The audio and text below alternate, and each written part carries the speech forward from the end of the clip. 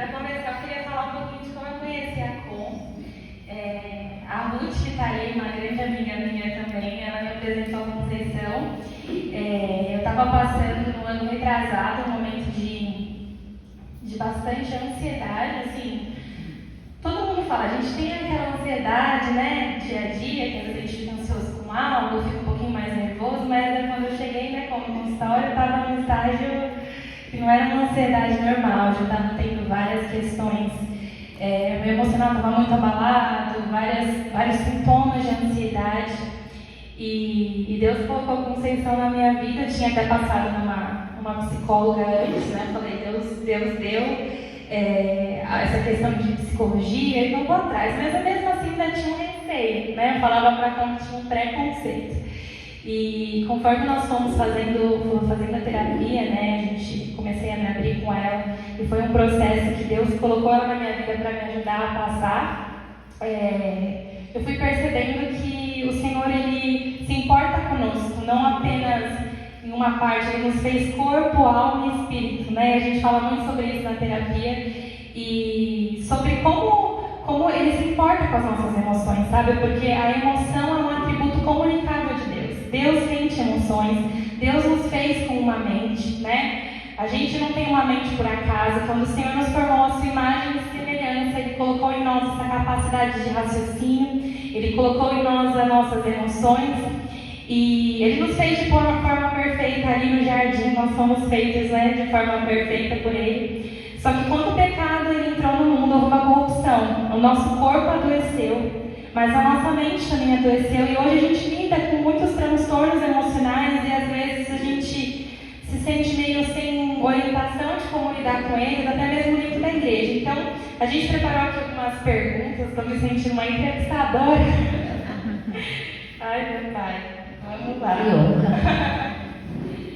Bom, então, para falar um pouquinho de saúde emocional, né, é importante, como eu acabei de falar, a gente se lembrar que a gente é corpo, alma e espírito, né? Você pode explicar um pouquinho mais como isso funciona, essa parte da gente ser 3 em 1? Eu creio assim, né? Da mesma forma que quando Deus ele nos fez, Ele fez a imagem e semelhança dele. E Ele é trino, né? Deus Pai, Deus Filho, Deus Espírito Santo. Jesus ele veio na terra como homem. Ele teve todas as emoções. E nós somos da mesma forma. Ele restituiu para que nós sejamos como Ele. E nós temos as nossas emoções natas, né? Então a mente, se ela não está controlada, ela interfere tanto no corpo quanto no espírito. Porque muitas vezes a pessoa ela não consegue nem orar. E aí ela se culpa, principalmente cristão, né? A maioria dos meus clientes são cristãos, e a maior demanda mas eu tenho fé, eu creio em Deus. E realmente a pessoa tem fé, ela crê em Deus, mas é algo que ela não consegue controlar, e com isso vem a culpa. E como o nosso corpo, né? Ele precisa do quê? Alimento, tudo que é básico. Nossa mente é um órgão. Então, quando nós temos, por exemplo, uma dor, né, no peito, o que a gente faz? Corre para o cardiologista. Pensa que já está infartando.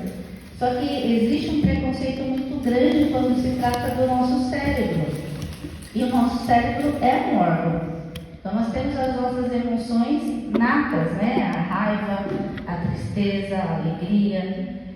Só que quando a pessoa não consegue controlar isso, aí passa a ser patológico. Sentir, nós vamos sentir. O que define é o que você faz com aquilo que você sente. E muitas vezes, né, vem a culpa. Por exemplo, a questão da raiva. Muitas pessoas sentem raiva. E é normal sentir raiva. Jesus sentiu raiva. Teve um momento que ele ficou irado. O pessoal estava vendendo lá, né, as coisas na frente do templo, ele ficou irado. Mas ele falou o quê? Irai e não pecai. Então nós temos que ter controle sobre as nossas emoções. E quando elas estão descontroladas, interferem no corpo e não no espírito. Bom, então a gente entendendo isso, né, que a gente é corpo, alma e espírito, quais seriam as dicas aí para a gente aprender a cuidar, né? A gente aprende muito na igreja, né? E aqui, graças a Deus, nós somos orientados não apenas a cuidar do nosso espírito, né, sobre devocional, enfim, mas também somos incentivados a cuidar do nosso corpo, a nos cuidar de completo, assim. Mas nos dias de hoje, né, onde a gente percebe que a gente anda na era de agitação, onde talvez redes sociais, tecnologia tenham nos minado, a gente tem dificuldade de concentração. E como balancear, como aprender a cuidar de nós, corpo, alma e espírito, né? Para nos manter saudáveis. Quais são as suas dicas aí como psicóloga? O corpo é uma boa alimentação, alimentação saudável, né? Porque nós gostamos das gostosuras, né? Tudo aquilo que não pode, nós gostamos. Mas nós temos que ter esse cuidado, né? Das coisas saudáveis. O exercício físico é fundamental. Você ter um sono bom, né? Uma boa noite de sono. Tudo isso influencia. Por quê? As faltas de vitaminas, né? Vitamina D, ferro, B12, B9, todas, dependendo do tipo da vitamina, ela pode desencadear tanto a depressão quanto a ansiedade. Então, muitas vezes, as pessoas acham que a ansiedade é só uma questão emocional.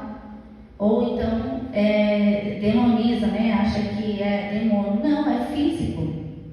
É algo fisiológico. Como eu falei, nosso cérebro é um órgão. Se falta substâncias, serotonina, dopamina, noradrenalina e agora acharam outro substância lá, que eu esqueci o nome. Se isso falta, se isso está em baixa, pode desencadear tanto a depressão quanto a ansiedade. Então é necessário, é fundamental cuidar do corpo. E a pessoa tem que ter o quê? Autoconhecimento. Para ela entender o corpo dela, para ela saber, né? Isso é emocional? Que pensamento é esse? Como eu falei, eu trabalho com a cognitiva. E desde que eu me converti, né, orando a Deus, foi a abordagem que mais me trouxe para perto da palavra, daquilo que Deus realmente queria. E lendo Provérbios, eu não guardo os números, eu só sei que está escrito, né? Lá fala que conforme você pensa, você é. E essa técnica, ela trabalha justamente isso. Conforme a pessoa pensa, aquilo que passa pela cabeça dela que determina os sentimentos dela. E ela precisa se autoconhecer, saber os tipos de pensamentos. Então, no corpo é fundamental, né, você saber os seus limites. Hoje, muitos jovens, até por conta da informática, como ela falou, estão entrando na depressão e às vezes na ansiedade muito cedo, porque não tem limite. E tudo que é desregrado causa um prejuízo para o corpo, até a alimentação. Se nós, né, a gente ouve muito falar, né, que a gente não bebe, mas come, que é uma beleza, né? E aí, por quê? Isso as nossas células vão ficando inflamadas, e elas inflamadas desencadeiam a depressão, desencadeiam a ansiedade. Então, nós temos que observar, né, o que nós comemos, o que nós bebemos, o açúcar, o carboidrato, tudo isso vira açúcar dentro do nosso organismo e vai inflamando os órgãos. E conforme vai inflamando os órgãos básicos, né, coração, pâncreas, rins e outras coisas, fígado, a circulação não chega até o cérebro, né? A circulação sanguínea, isso vai inflamando também. E como que nós podemos fazer isso? O exercício físico, para quem tem ansiedade, é a melhor coisa. É ruim ficar na academia, mas se caminhar meia hora, 3 vezes por semana, já aumenta, né, outras substâncias que vão ativar a dopamina ou a serotonina. Bom, a gente aprendeu aí, gente, eu preciso melhorar esse negócio aí, tanto de exercício físico que eu sou meio sedentária, como tempo estava aí. Por falta de falar. Mas a pessoa quer trabalhar muito. Ela tem que falar, descanso também, né? Às vezes a pessoa está, né, em casa ela não para de trabalhar. Porque a pessoa que trabalha das 8 às 18, né, ela chega em casa, dependendo, vai dar uma descansada. A mulher chega em casa, ela o tempo todo trabalhando. Trabalha fora, trabalha, e isso vai gerando um estresse. O estresse também elimina, né, substâncias que vai inflamando o nosso cérebro. Então não é só uma coisa, né? Hoje está bem esclarecido na neurociência, não é uma coisa só emocional. É claro que nós temos uma história, né? Cada um aqui tem uma história, tem uma vivência, teve um sofrimento na infância. Isso também é contado, mas nós temos que ver como nós estamos vivendo. E isso tem influenciado até no nosso meio mesmo, porque às vezes as pessoas não têm tempo para orar, mas ela não sai do celular, né? Ela não tem tempo para ler a Bíblia, mas o celular está ali. E o celular, se você dorme, por exemplo, com ele perto da cama, ele ativa o nosso cérebro, porque ele já tem ali dentro, né? Já foi produzido para estimular, para a pessoa ficar nessa dependência.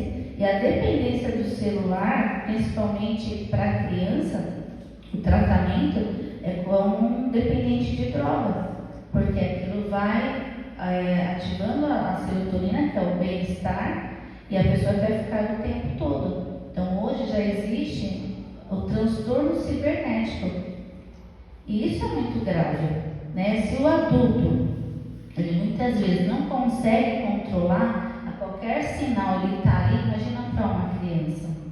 Então isso acaba afetando. E é claro que tudo isso afeta o nosso espírito. E assim, falando sobre, né, como as emoções adoecem, que a gente... Deixa eu ver, acho que... Bastante também, né, como na terapia, eu tive problema de hipertiroidismo quando nova, e a gente comentou muito sobre as questões que a gente adoece emocionalmente, por problemas, né, traumas familiares, muitos, né, sofreram abusos na infância e guardam marcas, né, mas existem também questões fisiológicas que talvez a pessoa passou ou passa.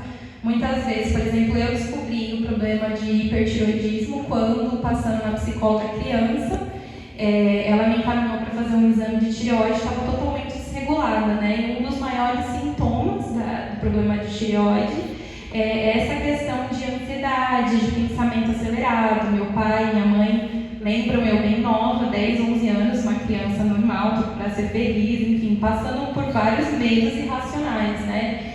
Então, sobre essa questão das emoções adoecerem, né? A gente fala um pouquinho sobre como as emoções podem adoecer no nosso estilo de vida, talvez excesso de celular, excesso de informação, a gente não tem tempo para olhar no olho, conversar, a gente deixa de desfrutar o tempo com as pessoas, mas a gente também pode adoecer por algumas doenças, né? Além da questão de tireoide, tem algumas outras doenças que é bom a gente ligar o alerta, que são gatilho para isso? Sim, a tireoide, ela é a principal porque ela trata, né? Ela é especialista na questão dos hormônios. Mas como eu falei, como o nosso organismo ele vai inflamando, então os órgãos também vão inflamando. Hoje, muitas pessoas têm problemas no fígado, né? Esteatose grau 1, 2, 3, que é a gordura no fígado. Isso também pode desencadear uma depressão ou uma ansiedade. Tanto a ansiedade quanto a depressão, ela tem também um fundo genético. Então, se os avós, pais, né, eles tiveram depressão ou ansiedade, o filho também pode ter ali uma porcentagem e pode desenvolver, tanto por questões físicas, emocionais, mas é a predisposição do organismo da pessoa. Sim, aí, como falando aí desses problemas, eu queria entrar em 2 transtornos que a gente mais escuta falar, né? E um deles, um dos transtornos emocionais mais recorrentes, é a tal da ansiedade, que às vezes a gente tem dificuldade de entender realmente o que é. Eu queria ver com você o que é, quais são os sintomas físicos, emocionais, mentais, a causa, o tratamento, né? Eu acho que muitos hoje lidam com isso, né, de forma consciente ou inconsciente. Eu também trabalho com gente, eu vejo muito no consultório, muitas pessoas fazem tratamento de ansiedade. O fato de eu ter procurado a Conceição foi por ansiedade. Não entendia direito o que era ansiedade até entender. Eu queria que você explicasse um pouquinho pra gente. Ansiedade normal, todos nós temos, né? Ela passa a ser patológica quando ela influencia no nosso dia a dia. Tudo começa com um pensamento acelerado. Quando você não tem mais controle sobre o seu pensamento, então você quer fazer várias coisas ao mesmo tempo, começa a pensar muito sobre o futuro, querer ter o controle sobre as coisas, e isso vai gerando um desgaste. E muitas vezes, né, uma das técnicas que eu passo para as meninas é atenção plena, que é uma coisa simples. É você sentar e tomar um café, degustar e prestar atenção. E muitas pessoas não conseguem fazer isso. Porque a mente não está obedecendo mais. A mente está descontrolada. Isso acaba gerando um desgaste emocional na pessoa. E como eu falei, muitas pessoas se sentem culpadas, né? Então, através da ansiedade pode vir crenças, pensamentos intrusos. A pessoa não quer pensar, de repente vem aquele pensamento do nada, ela não sabe se é espiritual, não sabe se são de crenças que ela carrega. E todas essas causas, né, da ansiedade têm levado pessoas aos pronto-socorros. Por quê? Vem os sintomas, né? Calafrio, tremores, dores no corpo, dores de cabeça, dores no estômago. A pessoa fica constipada, ou ela tem diarreia, perde o apetite, ou ela come demais, tem insônia. Então são sintomas, né, que da ansiedade. E os hospitais, muitas vezes, né, quando vai para o hospital, dependendo do médico, ele fala: você está ansioso. E a pessoa fala: imagina, eu sou calma, né? E não é verdade, ela está ansiosa.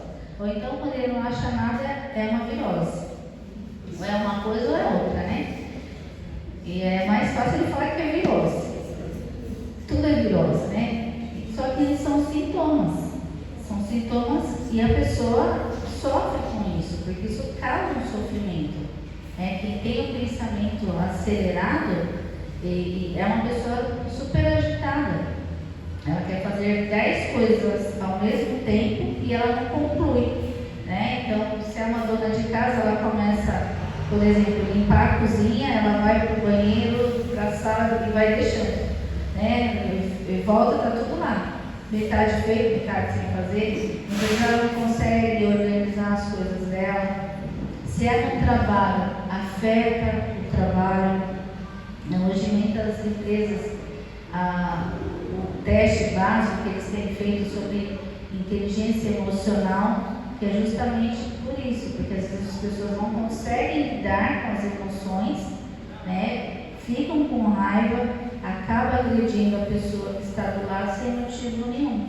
E é uma questão que é dela, não é do outro, né? Esses são alguns sintomas, mas a lista é grande de ansiedade. Tem muitas pessoas sofrendo, crianças, adolescentes. E sobre o tratamento, né, da ansiedade em si. A gente sabe que tem alguns casos moderados, né, que a pessoa pode sarar a ansiedade apenas com algumas mudanças de estilo de vida, né, melhorar a alimentação, procurar diminuir o uso do celular, mas assim, quando entender que é um sinal de alerta para procurar ajuda, talvez de um profissional, né, talvez de um terapeuta, e quais seriam os hábitos aí como cristãos que a gente poderia ter para assim, lidar, né? Porque a gente aprende a ter sob controle e a ansiedade está ali, é sobre lidar. Quando Paulo fala avançando a ansiedade, né? Não sobre talvez não sentir, mas como lidar com isso, né? Quando já está instalado, né? Quando já não dá mais para prevenir, mas já chegou nesse estágio, né? Sim. Primeira coisa é a pessoa vencer o preconceito, como eu falei, né, para procurar um cardiologista, um urologista, qualquer outro especialista, nós vamos rápido.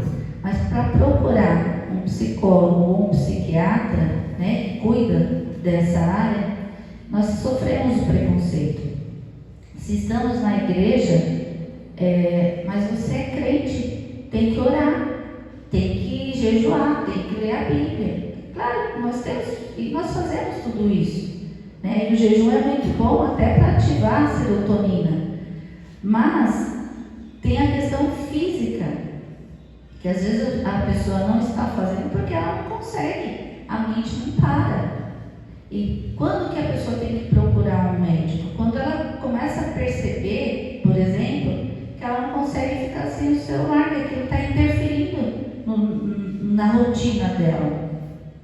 Quando ela começa a sentir mesmo sintomas físicos. Se eu estou sentindo muita dor no corpo, dor na cabeça, se eu não comi nada de diferente, estou sentindo dor no estômago, é um sinal.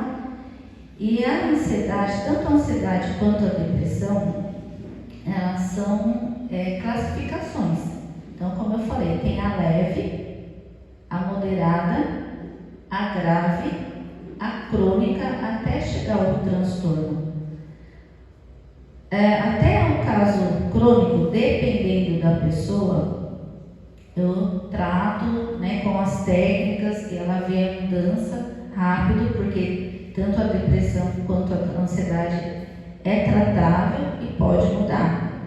Se é algo só fisiológico, só emocional, ou que não está interferindo fisicamente, isso não é físico, né? Então eu entendo que dá para tratar e a pessoa realmente consegue reduzir. Ela pode até chegar no estado crônico, ela reduz para o normal.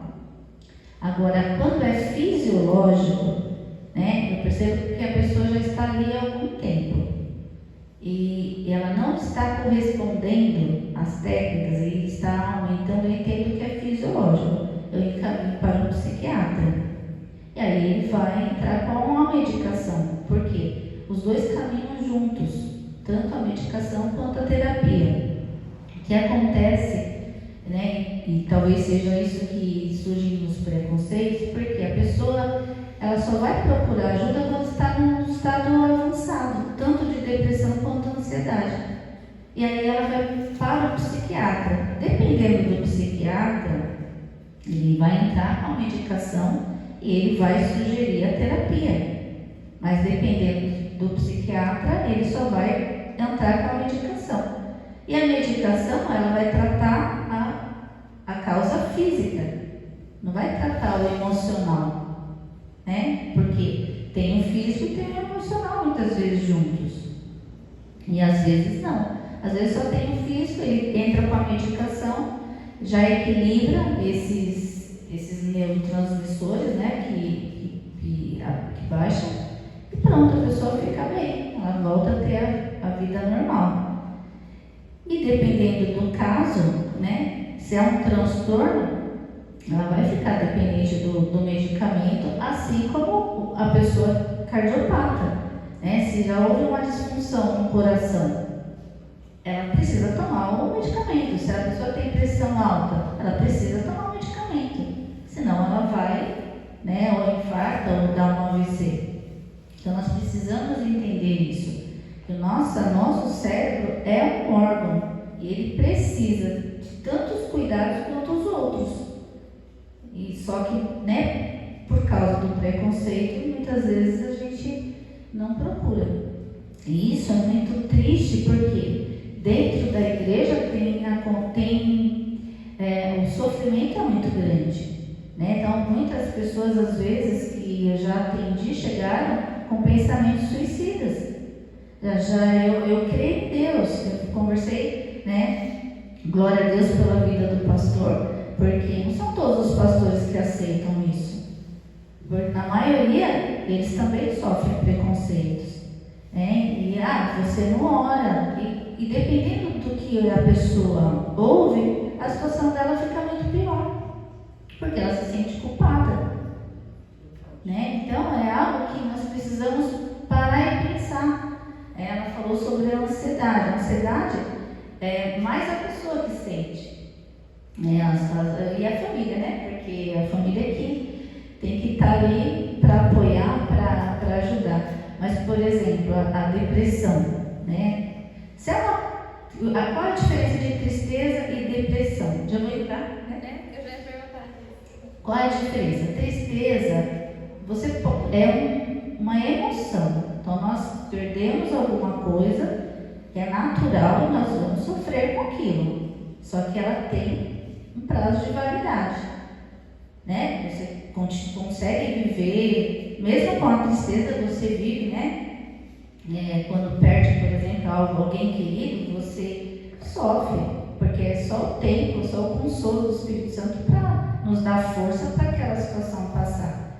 Mas ela não interfere na sua vida. A depressão é mais sério, não é frescura, não é preguiça. Como a própria palavra diz, é uma depressão. A pessoa vai chegando até o fundo do poço, onde ela não vê mais saída. E vai também acontecendo nessa classificação, do leve até o transtorno. E é um sofrimento, né? Ninguém consegue, por exemplo, a pessoa normal, ficar uma semana sem tomar um banho, sem se alimentar, sem dormir porque quer. Ela está em sofrimento.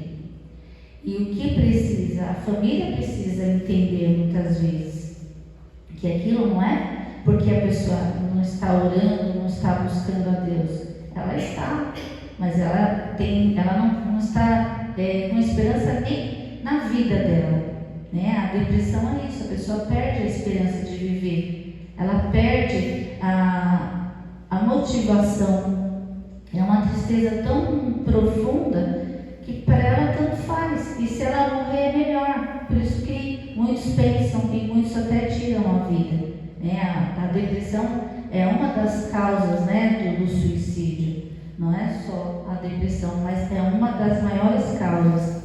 Porque chega uma hora que a pessoa não tem apoio da família, ela não tem apoio, se ela congrega dos irmãos, ela não tem apoio de ninguém, ela não se sente amada, ela não se sente pertencente ao grupo, ela não se sente útil. E aquilo vai piorando cada vez mais. Então é muito sério, é muito triste isso. Para quem convive, para quem trata, porque tem uma hora que a família não sabe o que fazer. Porque você fala uma coisa, fala outra, tenta uma coisa, e não adianta falar. Você tem que fazer isso, fazer aquilo, você tem que ser forte, você precisa se motivar. É algo fisiológico. Né? Então, pensa, quando nós estamos com uma dor de cabeça muito forte e fica uma pessoa do lado falando, aquilo começa a irritar, né? Porque é outra emoção da raiva, e aquilo começa a irritar, aí você, como, né, nós somos cristãos, pelo amor de Jesus, vai procurar o que fazer e me deixa em paz, né? Mas a pessoa que está na depressão é pior ainda, porque ela tem que lidar com a dor dela, com o sofrimento dela, e muitas vezes com o outro falando para ela: levanta, faz isso, faz aquilo, e ela não tem ânimo, ela não tem energia. A depressão é uma falta de energia, e ela não consegue sair do lugar. Então, nós precisamos estar atentos a isso, porque às vezes ao nosso lado, né? Pelo menos na nossa igreja, toda semana é pedido de oração para quem está com depressão, para quem tentou se suicidar, para quem está sofrendo, né, mentalmente de alguma coisa. Então nós precisamos ficar atentos, né, porque isso é amar o próximo. E nós vivemos uma sociedade tão individualista, né, nessa correria, que nós nos preocupamos muitas vezes com as nossas dores. Esquecemos que do nosso lado tem pessoas que estão sofrendo, que estão morrendo.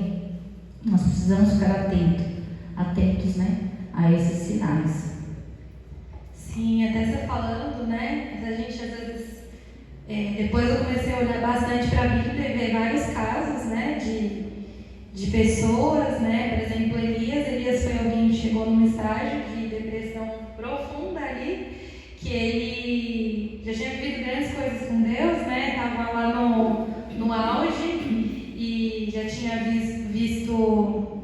Deus vai te derramar fogo do céu, ficar o tempo seco, enfim. Aí Jezabel vai e fala para ele, né, que ameaça ele está num estágio ali, a gente tá tão abalado que ele vai para uma caverna e fala: Deus, basta, quero a morte.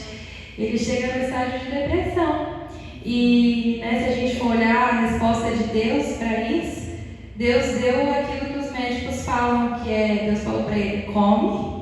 Deus deu alimentação, Deus deu sono, né, para ele ali, Deus deu caminhada, fez ele caminhar, exercício físico e terapia, porque Deus falou: o que está acontecendo, Elias? E aí Elias começa a falar: está acontecendo isso, está acontecendo aquilo. Então Deus foi o maior terapeuta da história, né? E a gente vê que não só Elias, Davi foi alguém que, se você for ler Salmos, você fala assim: meu pai, esse daí eu oscilava, esse daí eu tô no pique dele. Tem um dia que ele fala: ô Senhor, aí ele começa falando: Deus, me ajuda, os meus pensamentos me perturbam, eu estou no fundo do poço, nananã. Aí depois ele termina com esperança, porque ele ia para o Senhor, né? Ele levava as emoções a Deus. Então, se a gente olhar até na Bíblia, Jó, Jeremias, o profeta, também, Jeremias a gente falou, né, pastor, também sobre que ele a morte, ele estava no estágio que ele, eu acho que amaldiçoou do nascimento, né? Então, eles também passaram por isso, né? E nós também somos humanos, né? Essa questão de passar por situações, eu gosto muito de saber que Jesus é aquele que compartilha da nossa humanidade, né? Quando Jesus ele veio a esse mundo, ele se fez homem, a Bíblia fala que ele é o sumo sacerdote que pode se compadecer de nós na nossa fraqueza, porque em tudo ele foi tentado. Então Jesus passou, Jesus sentiu emoções, Jesus foi rejeitado, Jesus teve períodos de tristeza, inclusive Jesus teve alguns episódios que são mais raros, né? Que eu acho que é martidrose, que é quando esse episódio que Jesus suou sangue, é um dos episódios conhecidos como quando a pessoa se submetida a uma extrema tensão e estresse. Então o vaso sanguíneo dela, ele estoura e aí sai o suor junto com o sangue. Então Jesus sabe o que é ter ansiedade, o que é passar por ansiedade, porque a ansiedade é algo fisiológico. Nosso cérebro vê que a gente está em perigo, ativa lá nosso sistema nervoso central e começa a mandar um monte de questões químicas. Então eu posso falar que para mim, algo que Deus ministrou no meu coração muito no tempo que eu, né, estava com ansiedade, assim, nível hard, foi entender que Jesus ele é o sumo sacerdote, que ele se tornou humano e que ele compartilha da minha humanidade.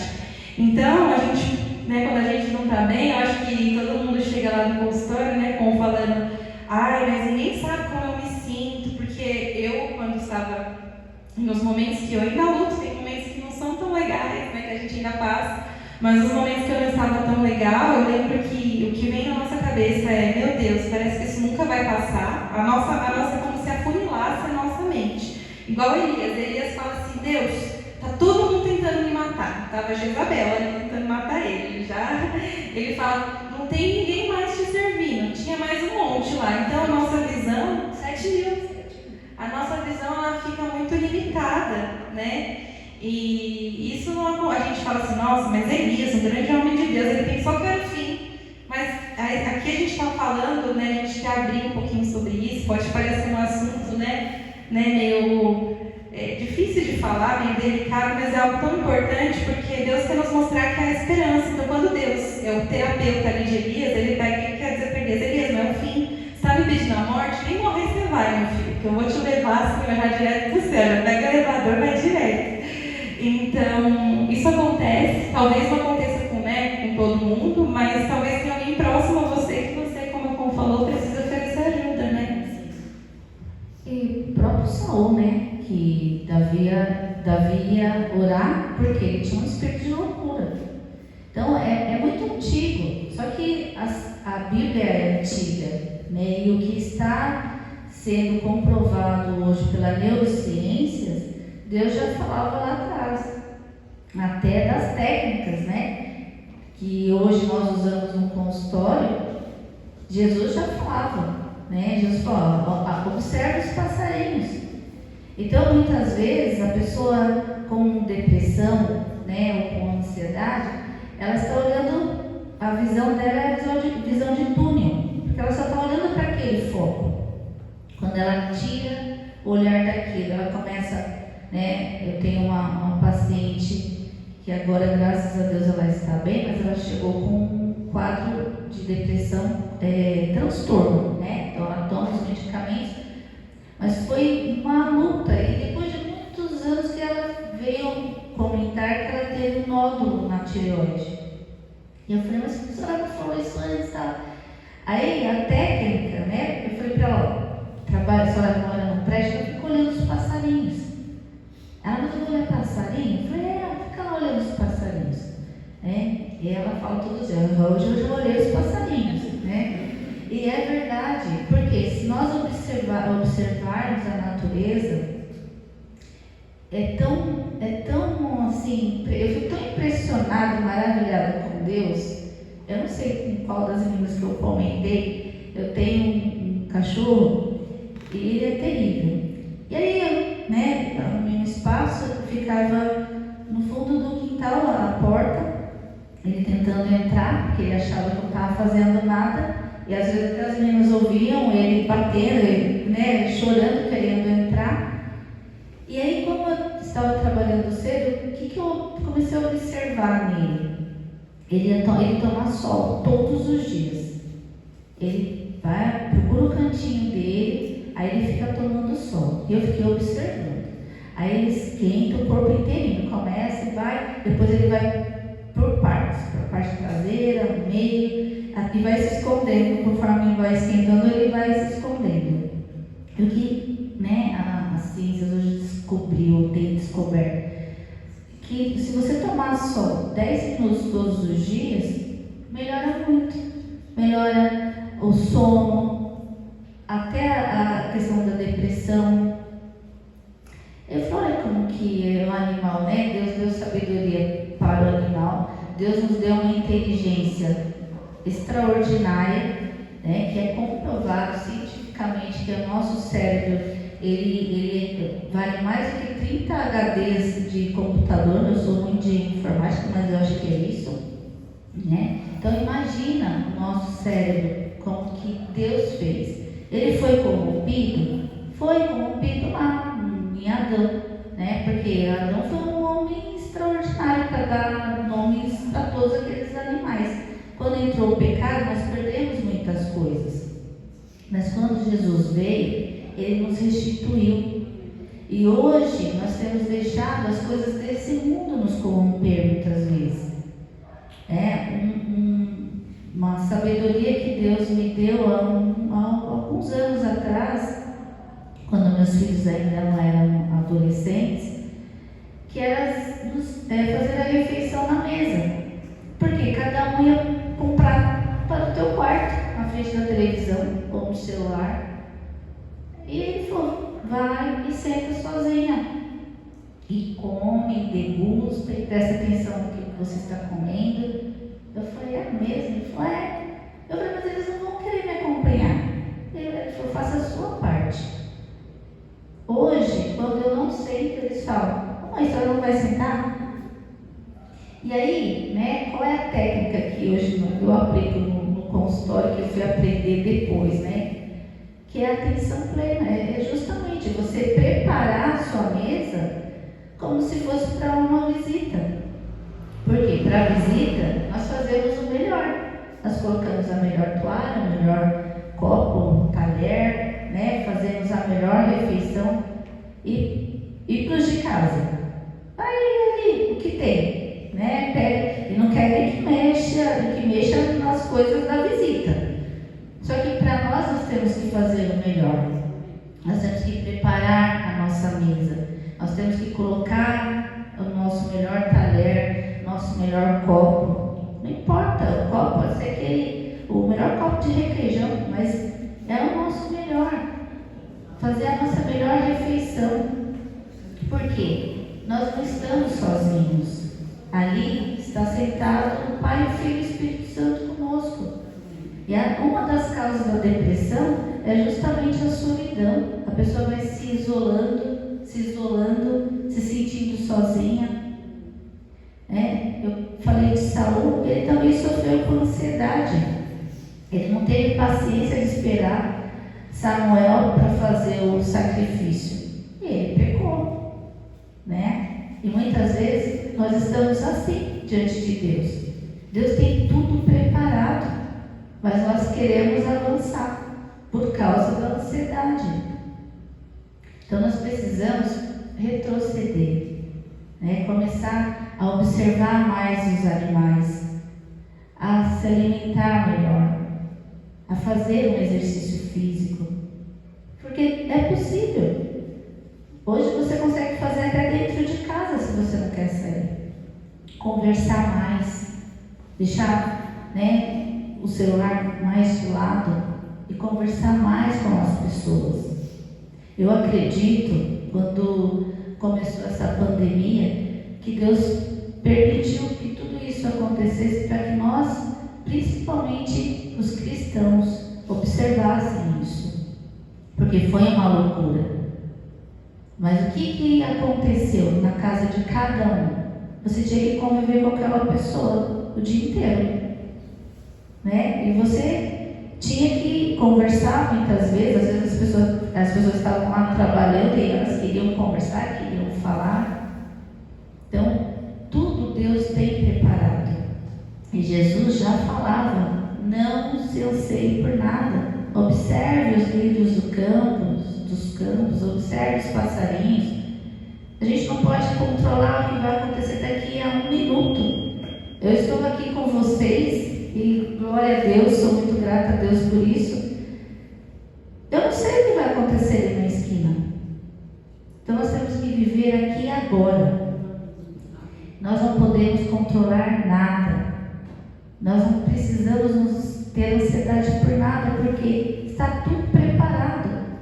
E a nossa terra nem é aqui. Nós somos estrangeiros nesse mundo. Quando Jesus nos levar, nós vamos estar lá no melhor lugar. Então, nós precisamos aprender a viver aqui. Porque se nós não aprendermos a viver aqui, nós também não vamos viver lá. Porque ansioso, como que você vai buscar Deus? Como que você vai ouvir ao Espírito Santo se você não consegue nem ouvir os seus pensamentos? É muito complicado, né? Então, e Deus está nos chamando para esse tempo, de um tempo de intimidade. Jesus fala o quê? Meu povo sofre por falta de conhecimento. E é verdade, conhecimento da palavra e autoconhecimento. Porque quando nós vamos nos conhecendo, a cada dia você começa também a se perceber, a perceber as suas fraquezas.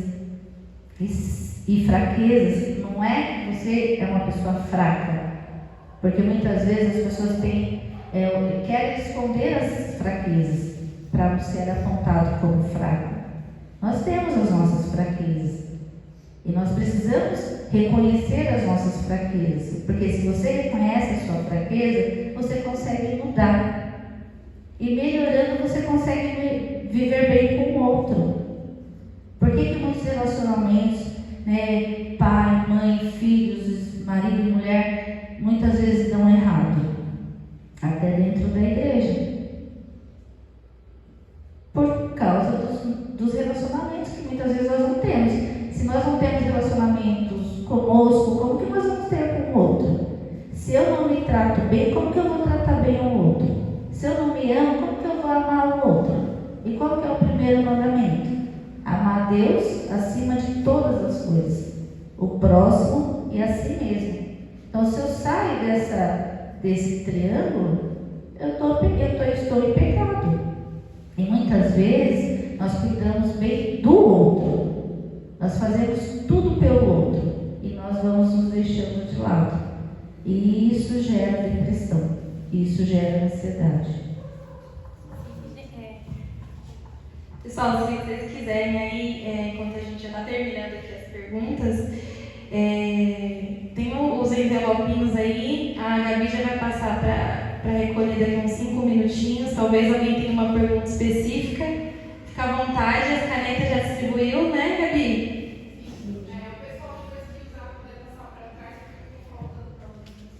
Isso, e aí fiquem à vontade quem quiser quiser fazer uma pergunta aí, que a gente vai tirar uns 10 minutinhos aí no final, se tiver alguma pergunta específica, tá? E deixa eu ver, nós já falamos sobre a ansiedade, sobre a depressão, né? Eu tinha feito uma pergunta, acho que a gente já respondeu um pouquinho, mas era como encontrar a Deus no meio da ansiedade e depressão. Estava conversando com um pastor sobre o Spurgeon, né, pastor? Spurgeon, um grande homem de Deus, descobri há pouco tempo que ele sofreu com depressão. Alguém aqui já sabia? Não? Pastor e Sandra sabiam. Eu falei assim, pastor, você não sabe, pastor. O Spurgeon, eu falei pastor e para Sandra, essa eu falei, pastor, não, eu já sabia, irmã. Eu já sabia. E assim, eu procurei um pouquinho. O Spurgeon, ele sofreu com isso durante longos anos, né? Ele se queixava, inclusive, de uma tristeza que ele não tinha, às vezes ele não conseguia nem ele mesmo explicar. E essas emoções, né, essas questões aí que ele passou, de depressão, emoções difíceis, o levaram a Deus, e hoje a gente tem, na fraqueza dele, ele buscou refúgio no Senhor, né? Hoje a gente tem escritos e tanto ganha através da vida de um homem de Deus que passou por isso, mas buscou no Senhor refúgio, né? Amparo. E eu converso muito com meu pai sobre questão emocional, porque meu pai é uma das pessoas que mais me conhece, né? Me viu crescer e ele viu todo o meu processo novo, enfim. E eu cresci na igreja, né? Escutei sempre falar do Senhor, só que eu tive um encontro real com Deus. Deus deixou de ser aquela história que eu escutava falar, eu tive esse encontro real com Ele a partir de um momento difícil que eu enfrentei, que foi quando o meu irmão também conviveu comigo, minha mãe. Eles viram muito o quanto eu tinha conflitos, né, internos, e eu sentia sintomas. Meus pais estavam na escola, no ensino fundamental, eu tinha uns tremores internos, né? E aí depois nós descobrimos a questão da tireoide, mas eu tinha minha mente muito acelerada, muita tristeza inexplicável. E eu tinha dificuldade em aceitar o amor de Deus, muita dificuldade, assim, porque eu olhava tipo o passamento e falava, ai Deus, ela é tão de Deus, assim. Eu falava assim, mas e eu aqui com todas essas questões, né? Tipo assim, eu olhava para os irmãos e falava assim, eu achava que o amor de Deus era medido pelo que a gente faz. Tinha dificuldade, só que aí Deus, tão maravilhoso, veio me mostrar que não era sobre isso, que Ele escolheu me amar quando eu ainda era pecadora. E foi esses momentos de dificuldades que me levaram para Deus, né? Todo relacionamento que eu tenho com Deus hoje veio das minhas dificuldades, onde eu não tinha força alguma, mas a minha fraqueza me fez ir até Ele, né? Então, às vezes a gente olha para trás e a gente fala, Deus, por que passei por isso? Às vezes a gente questiona, por que tão nova, por que a gente lida com isso? Mas em Deus sempre há redenção, né? Eu gosto muito de uma frase que diz que Deus formou, o pecado deformou, mas a graça redime e transforma. E é isso que Jesus faz, né? A gente lida com situações, eu não sei aqui o histórico de cada um, né? No decorrer dos anos, a gente começa conversando com outras pessoas, sabe, de tantas questões que pessoas passaram, de enfermidades, né, abusos, enfim, a gente às vezes questiona, né? Mas a gente vive num mundo corrompido, né? Mas no Senhor sempre haverá esperança. Então, quando eu comentei com o pastor de estar fazendo essa reunião aqui, o propósito era esse. Talvez eu tinha dificuldade de falar, talvez os meus conflitos. Como eu falo muito do meu pai, né? Meu pai é meu amigão, né, pai? Mas eu falava muito com ele. Então, coitado, ele foi meu terapeuta. Eu falo pra como muito dele também. Foi meu terapeuta. E às vezes, né, que eu me cobro muito, a Conceição então usa meu pai. Ela já sabe que eu sou bem chegada a ele. Ela fala assim, pois é, né, Natália? Você às vezes se cobra tanto, você fala assim, nossa, mas se eu fizer uma coisa errada, e meu Deus, eu fiz isso e agora estraguei tudo. Ela fala assim, tá bom, tá. Você fez uma coisa errada. Imagina você e seu pai, né? Aí você fez uma coisa errada. Seu pai falou fazer uma coisa, você não fez certo, acabou, né, falhando. Seu pai vai te mandar embora de casa, já era, Natália? Eu falo, não. Ela falou, pois é. Então, você acha que Deus vai olhar pra você e falar assim, ixi, isso daí fez uma coisa errada, tá descartado, não quero mais comigo, não. Não, ele não vai pegar você e falar, ei, filha, você deu uma vacilada aí, nós vamos juntos. mostrar o caminho de volta para casa. Então, em vários momentos, né, meu pai foi esse referencial do amor de Deus e assim, para os irmãos hoje, eu acho que enquanto os irmãos eu estou falando aqui, enquanto os irmãos vão mandando as perguntas, mas é isso que eu queria passar para os irmãos, sabe? Muitas pessoas, eu tenho várias amigas minhas que hoje eu sou muito vulnerável, os irmãos podem perceber que toda vez que eu tenho uma oportunidade eu falo dos meus problemas que eu já passei, de como eu encontrei Deus em meio a isso, porque às vezes as pessoas olham para mim e falam assim, nossa, mas a Nath, eu não sei de onde isso, igual eu tô falando da Samanta, né, às vezes as pessoas olham e falam assim, nossa, mas é uma super heroína, não passa por nenhum conflito na mente, nunca teve nenhum problema. Então quando eu comento com alguém, a pessoa até fala assim, nossa, você passou por isso, então calma aí que eu vou contar uma coisa que aconteceu comigo. Porque na vulnerabilidade, a cura, a palavra de Deus diz, confessem as vossas culpas uns aos outros e sereis sarados. Ou seja, não é para ser perdoado, mas a cura é quando a gente tem esse ambiente terapêutico de conversa, de dizer, olha, eu estou passando por isso. Quando a gente olha para a Bíblia e fala, olha, eu não sou o único, Elias passou, né? Davi passou, e muitos outros passaram. Quem é a Natália que não pode passar? Paulo, né? Eu acho que a Gabi está recolhendo aí. É assim, né? No consultório, muitas que eu percebo, as pessoas elas enxergam Deus ainda nesse tempo, né, como um Deus punitivo. Não vê Deus como um pai. E é um processo que nós sabemos do pecado, nós sabemos como devemos pecar e tal. É um fato, né? Mas esquece de que antes da pessoa ser cristã, ela estava no pecado. E Jesus ela resgatou. E hoje ela começa a se culpar muitas vezes. Porque essa identidade paterna não está firmada dentro dela. Então ela acha que qualquer coisa que ela fizer, Deus simplesmente vai, né, tirá-la da presença, vai mandar embora. E às vezes nem pecou, é só o pensamento intruso, um pensamento automático de alguma coisa que aconteceu, e ela começa a se culpar, né? A culpa é um dos grandes fatores da depressão, né? A mágoa, o ressentimento, tanto com o outro quanto com a pessoa mesma. E o maior trabalho, às vezes, né, que eu já tive, é de fazer a pessoa entender que ela é amada e ela precisa ser fundamentada nessa paternidade. E por que isso acontece muitas vezes? Pelas experiências que nós tivemos aqui com os nossos pais naturais.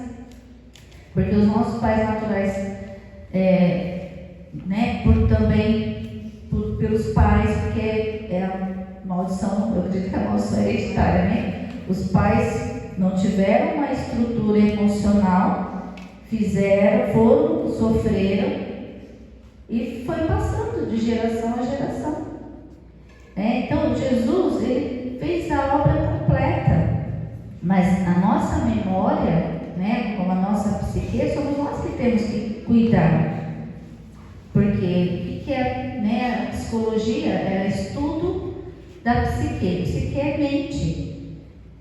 E se nós, né, eu estudando uma época, eu entendi o quê? Como Deus, ele é tremendo, ele sabia disso. Ele deu Freud, que foi o pai, né, da psicologia, ele era judeu. Só que ele sofreu tanto que ele simplesmente abandonou a religião dos pais. E aí, eu pesquisando os outros, né, teóricos, a maioria deles eram judeus. Então eu creio que Deus já deixou essa profissão porque ele sabia do que estaria acontecendo hoje. E Jesus fala isso o tempo todo: não se anseiem, não estejam ansiosos, não se turbe o vosso coração. Eu venci o mundo, vocês vão vencer também. Então as nossas ansiedades nós temos que levar até Ele. Nós temos que realmente colocar nos pés. Como eu falei, tem que prestar atenção. É fisiológico? Tem que procurar um médico. Porque, né, ele cura. Eu sou um milagre, né? Tenho diversos testemunhos de cura. Mas eu também procuro os médicos quando eu preciso. E assim nós temos que entender. Ele fez tudo na cruz. Mas se ele deixou também as ferramentas, assim como ele deixou o pastor para pregar o evangelho. Ninguém precisa ler, não é? Ele deixou a palavra, cada um buscava a sua parte, tudo bem, mas por que ele deixou uma ferramenta de Deus para pregar o evangelho para a gente? Né? Um ungido de Deus. Assim também ele deixou os médicos e outros profissionais, porque ele sabe, né, das nossas fraquezas. E muitas vezes as pessoas elas não têm essa percepção que Deus ele é Pai, né, nós como pais naturais, muitas vezes não somos falhos, mas nós queremos suprir todas as necessidades dos nossos filhos. Imagina Deus, como Ele é conosco, Ele já deixou tudo pronto, né? Como eu falei sobre o que a ciência está descobrindo hoje, Ele já falou há milhares de anos lá atrás, sobre a oração, por exemplo. Foi descoberto que a pessoa que ora ativa, né, o funcionamento do cérebro, e o cérebro ele paralisa, entra nessa conexão, e todo o corpo é beneficiado por conta da oração. A meditação, que é você parar e ouvir a Deus. E nessa correria muitas vezes nós não conseguimos. Tem algumas perguntas aqui, então vamos lá. Bom, a senhora falou sobre oração. Eu oro muito tempo, não consigo orar mais tempo, e além disso minhas orações são repetitivas. Isso é psicológico? Não vejo como psicológico. O que eu vejo assim, a oração é você conversar com Deus, é você estar ali, né? Tem momentos que o próprio Espírito Santo vai falar assim, vai, fecha a porta do seu quarto, se ajoelha e você vai orando. Quando você menos percebe, passou meia hora, uma hora, né? E tem momentos que você faz uma oração rápida. A questão é você desenvolver a intimidade. É saber que o Espírito Santo é uma pessoa. E Ele está com você o tempo todo. Você pode orar lavando louça, você pode orar no trabalho. Eu bato altos papos com Ele, converso quando eu estou no trânsito, amo quando eu estou dirigindo, que eu converso, vou e volto, né? Quem olha e fala, é doido, já é psicólogo, acho que psicólogo é doido, então é doido. Eu não estou nem aí, eu vou caminhar, vou lá conversando, porque eu sei que Ele está comigo, eu sei que Ele está me ouvindo, né? E às vezes, por causa dessas situações, nós nos culpamos. Teve uma vez que eu estava lavando louça e depois eu ri, né? Mas eu estava ali no maior sofrimento, né? Porque eu estava ouvindo uma ministração e o pastor começou a orar. E eu não orava daquele jeito. Aí eu falei, meu Deus do céu, eu não oro desse jeito. Olha cada coisa que ele falou para o senhor, eu nem sei o que é isso. Aí eu escutei o Espírito Santo falando assim para mim. E o pastor falou que eu tinha que ficar de joelhos, né? Eu falei, eu estou perdida, porque eu só fico de joelho, sei lá, à noite, de manhã, não tem. Aí Deus falou assim, imagina o seu filho chegando, né, aqui e falando assim, ajoelhado de lá da porta, falando coisas grandiosas, falando, mãe, me dá um copo de água. Aí eu achei engraçado. Aí eu falei, como assim? Ele falou assim, eu quero relacionamento. Da mesma forma que você tem relacionamento com os seus filhos, com o seu marido, eu quero ter esse relacionamento com você. Vai ter momentos que você vai ter que se ajoelhar. Vai ter momentos que você vai falar comigo. Se eu no meu trabalho, por exemplo, não dá para eu ficar de joelho. Eu sou totalmente dependente do Espírito Santo. Apesar, né, de estudar, mas como que eu vou ficar? O tempo todo de joelho orando. Então, muitas vezes eu falo, Senhor, me dá graça. Senhor viu essa situação, eu não sei nem o que fazer. Se o Senhor me dá direção, estou perdida. É uma oração, porque orar é falar, né? E oração é agir. Você ora e você age. Age como? Mediante a palavra dele. E aí, muitas vezes nós temos que ler a palavra para poder orar também segundo a palavra dele. Mas eu creio que o pastor é a pessoa mais indicada para falar sobre oração. Não sei se está certo, pastor. Se tiver errado, pode falar. Estou aqui para aprender do Senhor.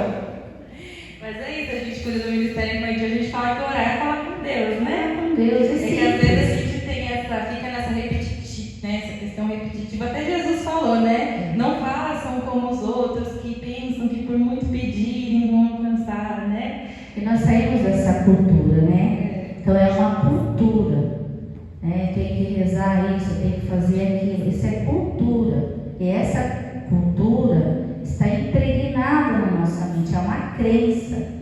Então, para você vencer as crenças, você tem que ter intimidade com Deus, com o Espírito Santo, porque ele ensina todas as coisas, né? Ele que vai nos ajudar, ele que vai, e até a vontade, o desejo de orar, de adorar, vem dele. Por isso nós temos que estar conectados. E é assim, quanto mais você ora, mais você quer orar. Quanto menos você ora, menos você quer orar. Por quê? Também é uma questão fisiológica. Então, é um exercício. Se a pessoa vai na academia toda a semana inteira, o dia que ela não vai, ela sente falta. Se ela vai de vez em quando, para ela também. Ela vai fazer diferença. É um exercício. Por isso que Paulo fala, né? Não se preocupa só com o treinamento físico, em manter o corpo bom, mas também treinar a mente para orar, treinar a mente para jejuar, treinar a mente para estudar a palavra, porque são hábitos que nós temos que colocar na nossa vida. Nosso cérebro, né, a nossa mente, ela quer descanso, ela quer ficar na Netflix, ela quer ficar no sofá comendo besteira, ela quer descanso, ela não quer esforço. E aí nós temos uma luta espiritual entre a carne e o espírito, entre a mente, a nossa mente e o espírito, porque o espírito é novo, né? Então nós precisamos encher esse espírito das coisas de Deus, mas a nossa mente é fraca, né? Então quando vocês leem na palavra mente, coração, carne ou coração, é a nossa mente, porque o coração é um órgão, ele não tem sentimento, a função dele é só jorrar sangue e distribuir, né? Bater e distribuir. Agora, pensamentos, sentimentos estão na nossa mente, e a nossa mente ela é fraca porque ela foi corrompida, ela precisa da palavra para ser cheia. Amém. Tem algumas aqui, agora eu vou botar mais rápido. Vai rápido, porque falar sozinho ou ter uma reação com um grito, ainda que baixo, devido a algum pensamento negativo, como também pensamentos intrusos em momentos ou em lugares como na igreja, denota um quadro de ansiedade ou falta de controle na mente. Os pensamentos intrusivos, que eu converso muito com a Cone. Então, pensamento intrusivo pode ser tanto espiritual, né, como Paulo fala sobre as setas do inimigo, que nós precisamos entender, né? A parte espiritual, como eu falei, também o inimigo ele usa isso, porque ele sabe das nossas fraquezas, ele sabe o que aconteceu na nossa história, ele estava lá, ele foi o causador de muitas coisas. Então, os pensamentos intrusivos podem ser espiritual e pode ser também de crenças que nós carregamos. Nós não renovamos as nossas mentes. E pode ser que venha, às vezes acontece muito dentro da igreja de ter um pensamento, a pessoa está com a mente acelerada, veio um pensamento intruso e ela se culpa. E ela não tem culpa, que são as tentações. A tentação vem na nossa mente, só que a gente se culpa, né? Passa a ser pecado depois que você age, mas se está na mente, são pensamentos. Muitas vezes você tem que vai fazer aquilo? Não vai. Então é um pensamento mentiroso. Deixa ele ir embora, do jeito que ele veio, ele vai. Inclusive, eu não sei quem perguntou, mas fica a dica para quem perguntou. Tem um vídeo que chama Toque Religioso no YouTube, fala um pouquinho sobre esses pensamentos intrusivos, que vem na nossa mente. Ele é um médico cristão lá no Jesuscope. Então, se a pessoa que perguntou, dá depois uma conferida, que tem bastante, fala um pouco sobre esse assunto. Bom, a tristeza de perdas pode virar depressão? Pode. Se a pessoa ela não consegue superar, se ela tem uma predisposição física ou emocional, pode sim. Bom, como que eu caracterizo? Então, passou 15 dias, um mês, dependendo da situação. Uma pessoa que perdeu um ser, um ente querido, né? O luto, ele demora mais ou menos 2 anos para passar. Normal. Só que a pessoa não para a vida dela, ela continua trabalhando, só que ela está triste pela perda. Não é considerado uma depressão. Como passa a ser uma depressão? Quando a pessoa começa a perder o controle sobre a mente dela. Ela entra numa tristeza profunda, numa culpa profunda, ou ela culpa o outro. E ela vai se deprimindo cada dia mais. Aí precisa procurar ajuda, porque quanto mais tarde, mais difícil é o tratamento. Sim. Tem terapia para casal? Pode ser tratado juntos ou tem que ser individual? Tem psicólogos que tratam especificamente, né, o casal, e tem uns que tratam primeiro um, depois trata o outro e depois trata os dois juntos. Depende da abordagem de cada profissional. Porque tem muita questão, são muitas questões emocionais que as pessoas têm antes do casamento e elas levam para o casamento. E aí, né, geram os conflitos. Então, as pessoas, por exemplo, se o homem teve dificuldade com o pai e mãe, ele projeta na mulher. Se a mulher teve dificuldade com o pai e mãe, ela projeta no marido. E são pessoas únicas, individuais. Então, você precisa tratar primeiro essas questões individuais para depois tratar o casal e ver se são coisas, né, relacionadas ao casamento. Aí precisa fazer uma anamnese para entender, né? Porque tem coisas que são só do casamento, do dia a dia. Cada um veio de uma cultura, de uma família diferente. E aí precisa, né, um aprender a conviver com as dificuldades do outro, com os costumes do outro, né?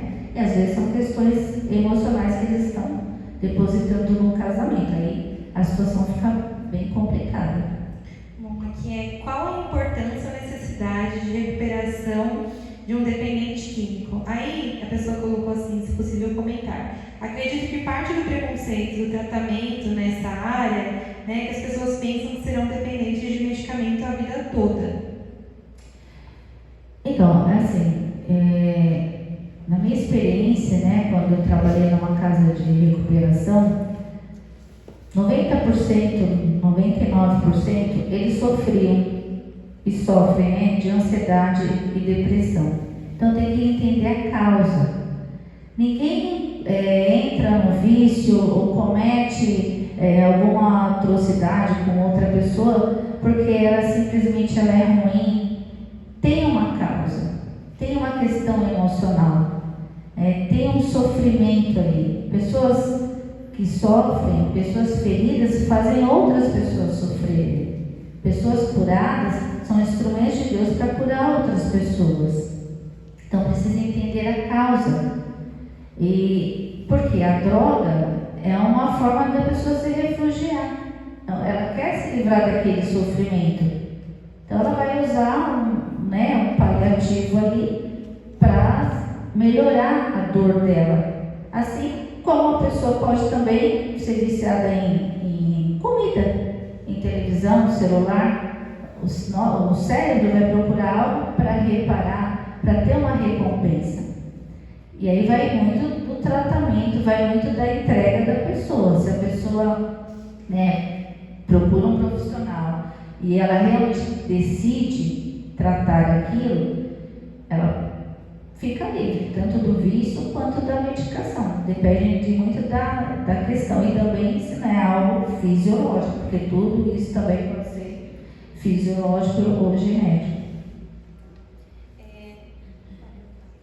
Quando eu deito para dormir e não consigo ver pensamentos ruins, é motivo psicológico? Eu não entendi isso. Ou demência. Ou demência. Não, essa é uma pergunta interessante, né? Porque às vezes a gente pensa, não é? Que nós, se tem alguma coisa na nossa mente, nós estamos ficando loucos. Por isso que tem o preconceito, né? De procurar um profissional. Se vem um pensamento, se eu tenho algumas características, eu estou ficando louca. Não. Às vezes é ansiedade, às vezes pode ser um pensamento intruso. Então precisa investigar a causa, mas não é demência. Porque se fosse demência, você não estaria aqui aprendendo, né? Porque demência é patológico. Então, aí precisa de medicação mesmo, né? A pessoa já nasceu ou ela sofreu um trauma, aí ocorreu a demência.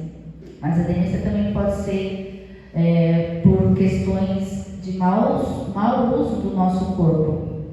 Então, quando a pessoa dorme mal, por exemplo, tem a privação do sono, quando ela fica numa idade mais avançada, pode desenvolver o Alzheimer e a demência. Por isso que não é importante nós cuidarmos do nosso corpo, né? Dormir bem, ter as horas ali, respeitar nosso relógio biológico. Mas não é demência.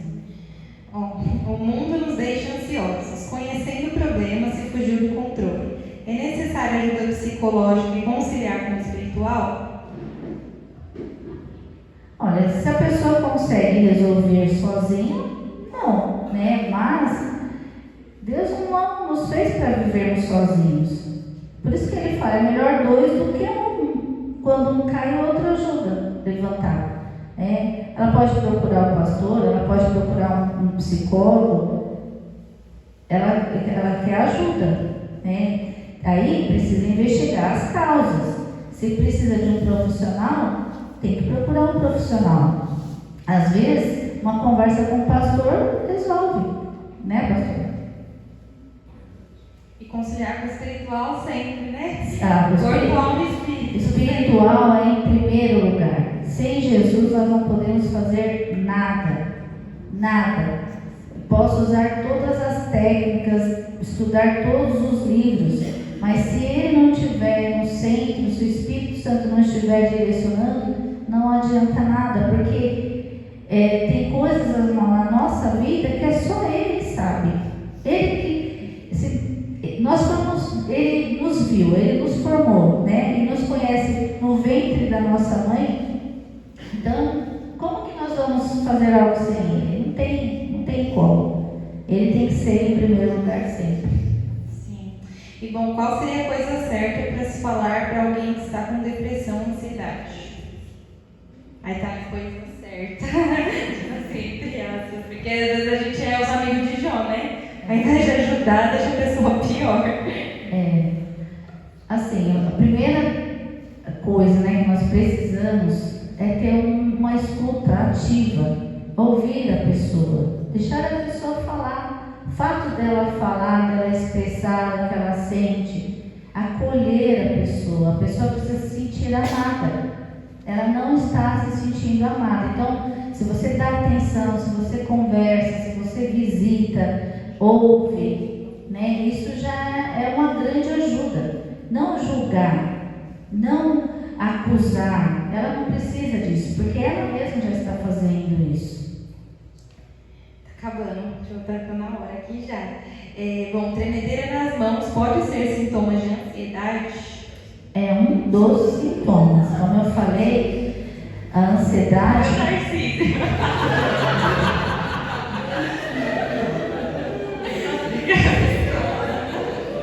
Eu vi todo mundo rindo ali.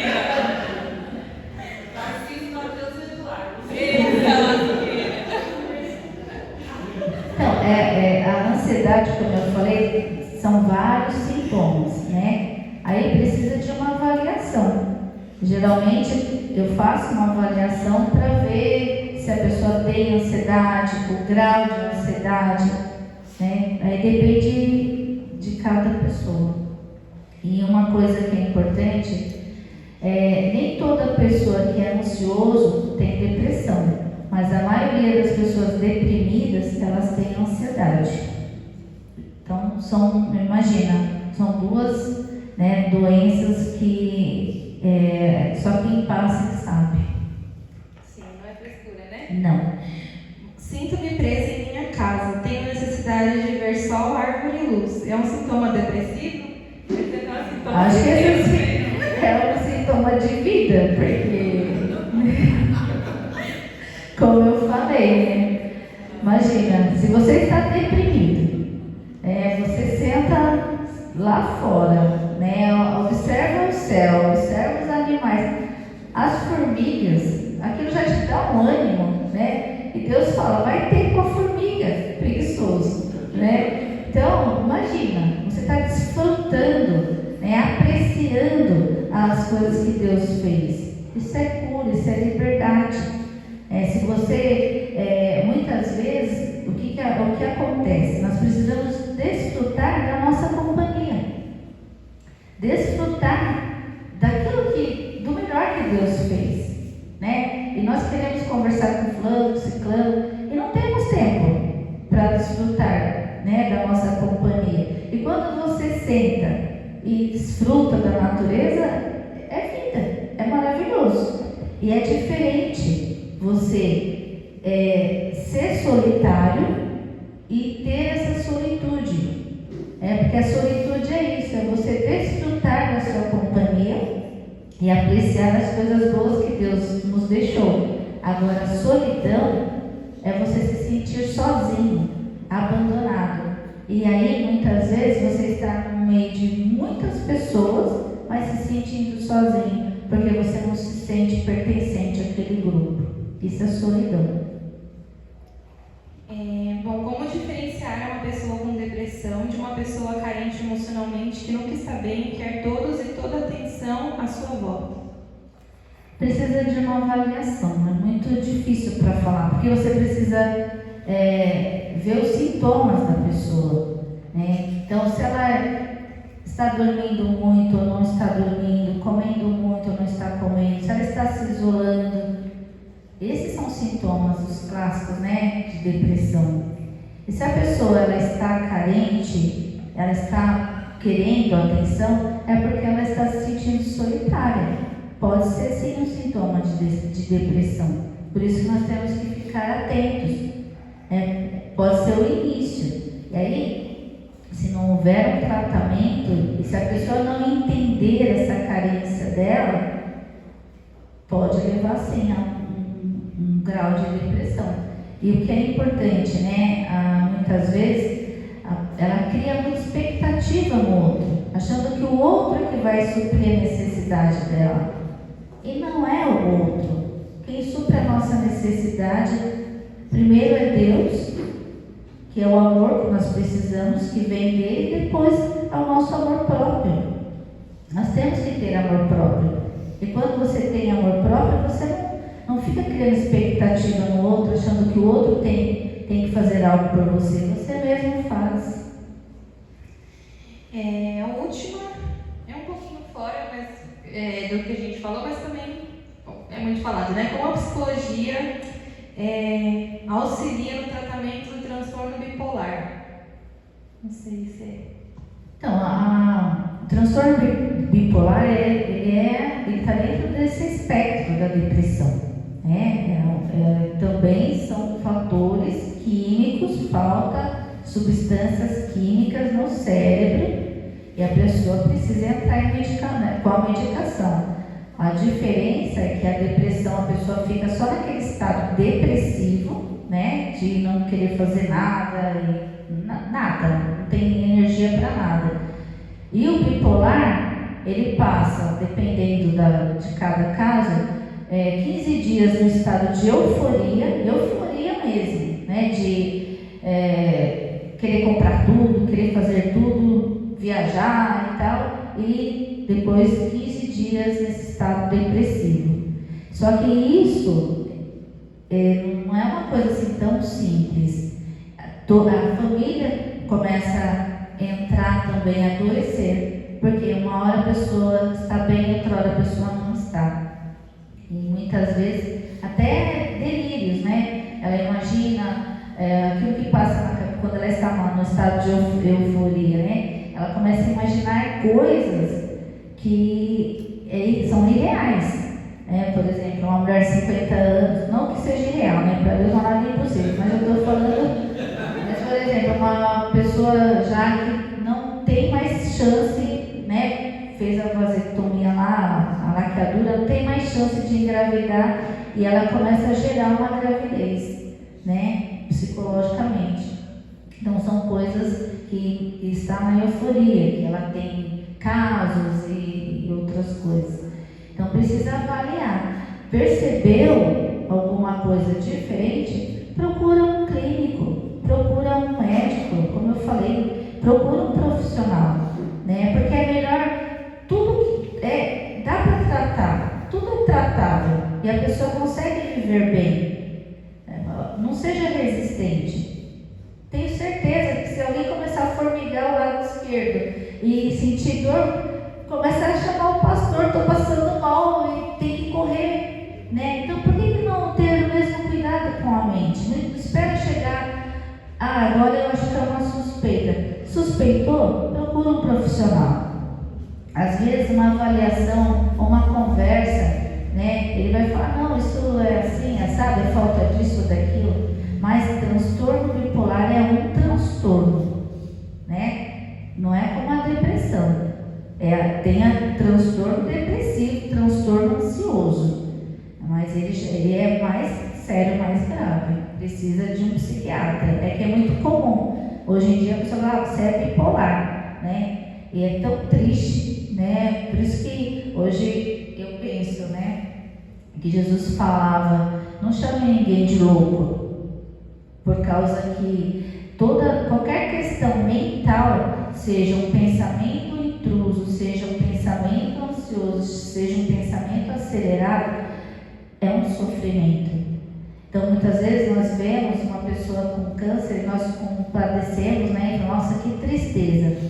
É triste realmente, mas você vê uma pessoa em surto psicótico, ou mesmo com essas situações mentais que você olha e fala, meu Deus, tenha misericórdia, porque a pessoa está em sofrimento e a vida dela está correndo risco. Sim, bom, nós finalizamos aí as perguntas, acabando, vai dar 9 horas, está no horário limite. Queria muito agradecer a Com por ter se disposto a vir, tirar algumas dúvidas. Se alguém depois quiser contato, né, da Com, me chama, eu tenho o contato dela, vou passar com o maior prazer aí, se alguém quiser procurar ajuda. E é isso, somos muito gratos. Eu queria chamar o pastor, né, para fazer uma oração para a gente estar encerrando. E agradecer a você, Com, a Deus, por ter preparado essa oportunidade. Espero que tenha ajudado os irmãos aí a sanar algumas dúvidas. E a gente está à disposição. Creio que o pastor, gente, é uma pessoa sensacional. Ele, em todos esses períodos que eu comentei, o pastor sempre me ofereceu ajuda, sempre. Desde a época que a gente estava lá no outro local, sempre conversei com o pastor. É uma pessoa que entende. Eu vou conversar com o pastor e pastora, essa questão emocional, eles têm bastante bagagem aí sobre emoções. Nem sabia que a Sandra Rosinha até começou a estudar isso, então a gente tem pessoas aqui na igreja que podem ajudar também. Então, se você está passando por algo, não fique sozinho, busque ajuda. E é isso. Eu quero agradecer a atenção de cada um. Desculpa se eu não consegui responder, né, a todas as questões, se ficou alguma dúvida, mas sou muito grata a Deus pela vida de vocês, grata a Deus por esse momento. Eu acredito que quanto mais, né, esse assunto for divulgado, menos as pessoas vão sofrer, né, porque as pessoas sofrem realmente por falta de conhecimento e pelo preconceito. Então, é uma técnica, né, que eu uso, mas Jesus já nos ensinou há muitos anos, né, que é a gratidão. Então, nós muitas vezes olhamos para o lado negativo das coisas. E se você todos os dias agradecer, né, escrever lá os motivos que você tem para agradecer a Deus, você vai mudando a tua forma de pensar, vai mudando a sua mente. Isso vai enriquecendo, vai saindo também, vai ajudar a sair desses quadros de tristeza, de ansiedade, de depressão. Porque você tira o foco do negativo e começa a ver aquilo que Deus já fez e aquilo, as promessas que Ele tem para a nossa vida. Então, né, hoje um dos motivos é eu estar aqui. Sou muito grata a Deus pela vida de cada